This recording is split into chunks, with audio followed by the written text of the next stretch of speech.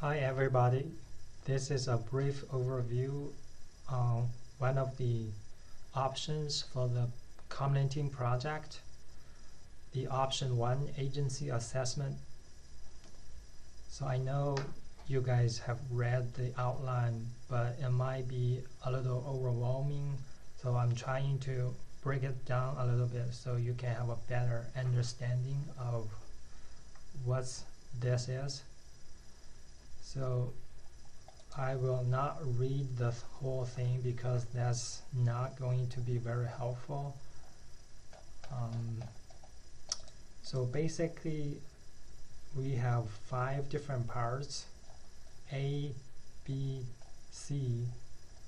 These are the parts where you can come up with your questions.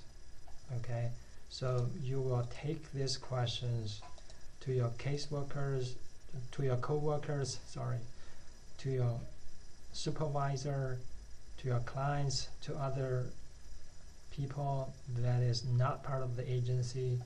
Try to get their opinions on these questions. With that said, there are some questions you don't have to collect data or interview any people. For example, the description of the agency. Pretty much everybody can get the information on the agency without talking to any person. So I'm just going to give you some examples that you might need to ask questions to other people in order to get the answers. For example, this one, I'll highlight it. Are policies and procedures consistent with mission and authority? So you might ask social workers, supervisors in the agency, and help them talk about their opinions on this. Then moving on to the next section, under client population, you may want to ask them how are the costs of client services covered and how does the organization deal with those who cannot pay. Next section, one of the questions you might want to ask other people is what are the perceptions of the general public in terms of the relevance, value, and quality of agency services. I think this is definitely something you cannot make up or just come up with just by yourself.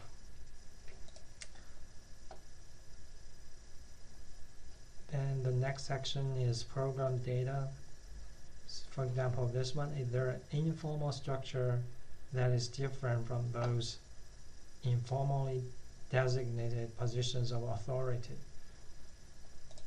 So you can talk to your co-workers about this, or if you want to, you can use your own observations as well. You don't have to talk to people again. For all these questions, I'm just suggesting those are the research questions that you might need to talk to different people. Okay, and moving on to section D. Here I mentioned A through C is the research questions, okay? And some of them you can have the answers yourself. Some of them you may want to talk to other people. And section D actually requires you to talk to 5 different people. We suggested staff, clients, caregivers, and other community members, etc. So you will also need to come up with your own research questionnaire using the examples that I just gave you from above.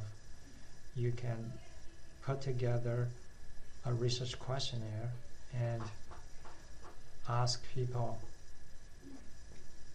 using that questionnaire. I suggest using open-ended questions, even though the question examples you saw from above are close-ended. You can easily change it or follow up with a probing question like why or why not, just to get more information, because in the next section you will have to discuss your findings and talk about implications. So basically section D is the research method section. You have to include a discussion on your sampling procedure. Basically it's a small convenience sample, and you can talk about why you pick that particular person, and then you need to create your own research questionnaire. Of course, you might want to ask questions that you could think of that might be useful to the agency. So you can always come up with your own questions.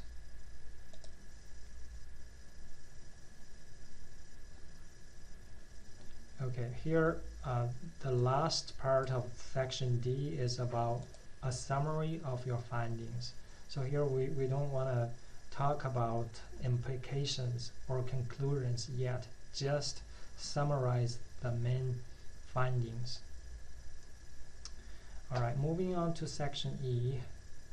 This is the conclusions and implications for the agency based on your research.